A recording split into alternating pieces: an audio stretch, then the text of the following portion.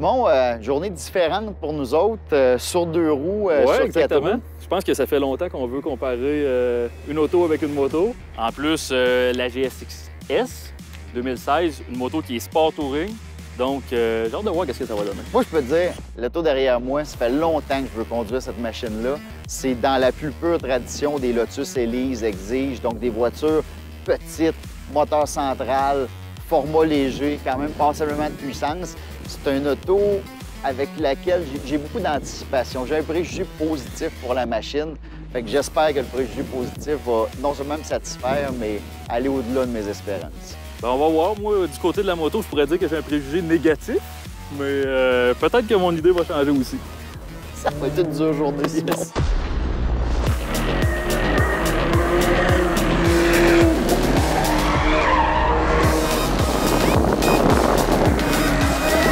Tour de piste au volant du Alfa Romeo 4C Spider. Je me disais, c'est certain que ça a tout le potentiel d'être à la hauteur de ce que Lotus a fait.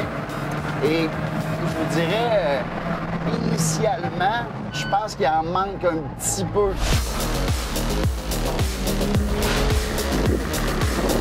Bon, tout d'abord, il n'y a pas de boîte de vitesse manuelle. Et ça, un paddle shift, oui, c'est vrai que c'est supposé de l'avenir, c'est des bonnes transmissions, des transmissions qui sont ultra rapides. Mais sur une petite voiture de piste comme ça, le plaisir d'une boîte manuelle, ça, c'est quelque chose qui me manque particulièrement. On a 237 chevaux, 238 livres de couple, ce qui, en temps normal, devrait être des spécifications particulièrement intéressant. Petit moteur 1,75 litres qui est turbo compressé. Sur papier, particulièrement intéressant. Parce que si on compare encore une fois aux Elise Exige, on avait moins de couple dans ces voitures-là, même si certaines générations avaient un nombre de chevaux qui était similaire. Mais par contre, en utilisation, c'est pas extraordinaire. Ah tiens, on rattrape une moto. Bonjour Simon.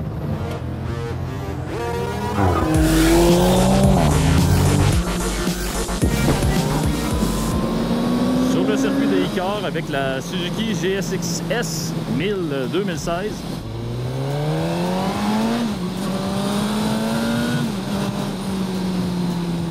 Moteur qui a quand même un beau son, c'est l'échappement d'origine, quand même pas mal de puissance. C'est sûr que c'est le moteur de la GSX-R 1000 qu'on a recalibré. On l'a retravaillé pour qu'il y ait un petit peu plus de puissance à bas régime et aussi à moyen régime. On fait une bonne job de ce côté-là. Par contre, on fait seulement 145 chevaux. C'est une bonne différence par rapport à la GSX-R 1000. On va faire attention. C'est très glissant en moto. Un antidérapage sur la GSX-S. Je trouve que l'ABS est un peu incisif. On le sent travailler pas mal. Ça me tente un peu. Je suis habitué de rouler une GSX-R justement de génération antérieure qui avait aucune aide au pilotage, pas d'ABS dessus.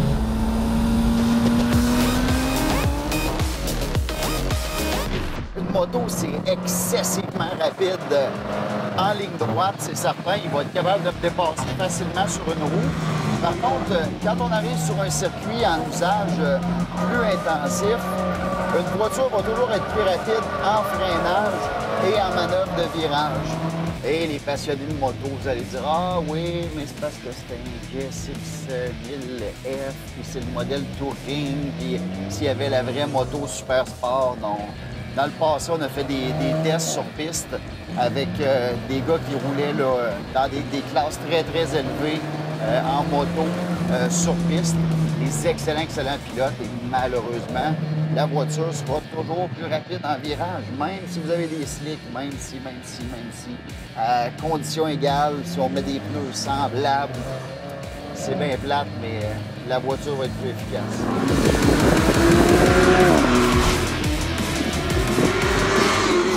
D'offrir les mêmes performances que la Super Sport.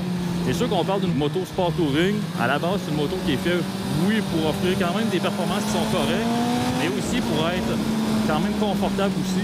Position de conduite est quand même bonne et beaucoup moins agressive que sur la GSX-R. Donc, on a en avant une fourche inversée Kayaba. On a aussi le swing arm control sur la GSX-R 1000. C'est le bras oscillant, dans le fond, de la suspension en arrière. Une moto qui est quand même facile à conduire, super prévisible. C'est sûr qu'une moto, c'est pas une auto. Donc, on a beaucoup moins de surface d'adhérence au niveau des pneus. En ligne droite, c'est rapide. En virage, c'est réputé. Une moto, c'est moins rapide qu'une voiture. Surtout une petite Alfa Romeo comme Carl conduit aujourd'hui.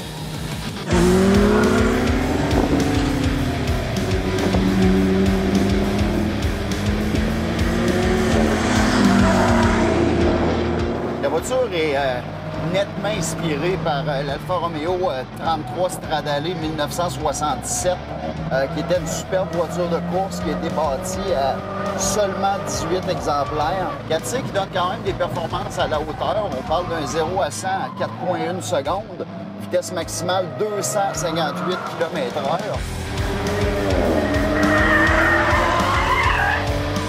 La tenue de route est quand même bonne.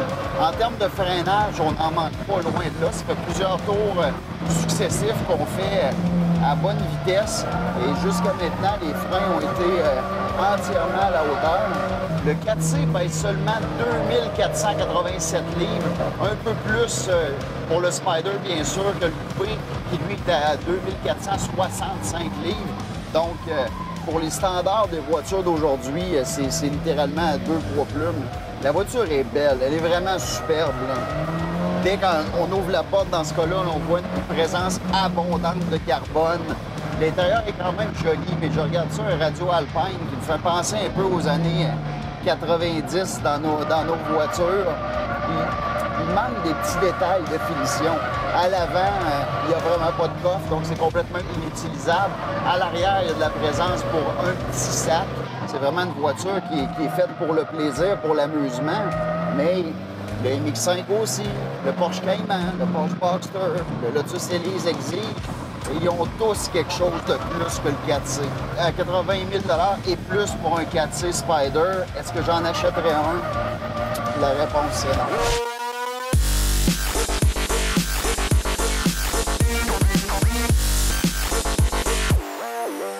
Bon, issue prévisible pour le débat auto-moto, mais on va dire franchement, il y a une chose que je n'avais pas prévue, c'est d'être déçu.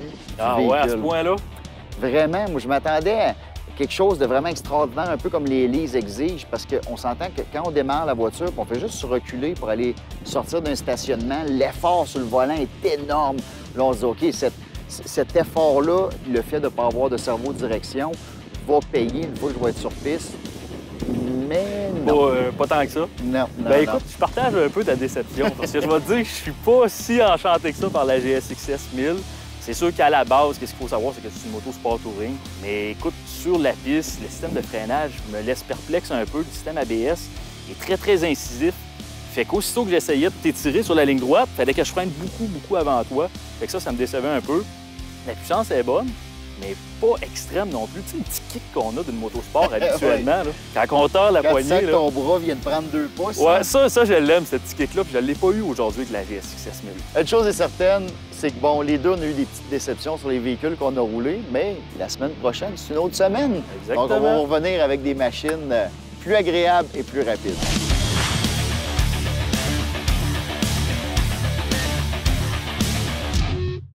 Albi le Géant. Plus de 20 concessions de véhicules neufs et d'occasion avec le plus grand choix de marques. Sur le web et en magasin, on vous attend.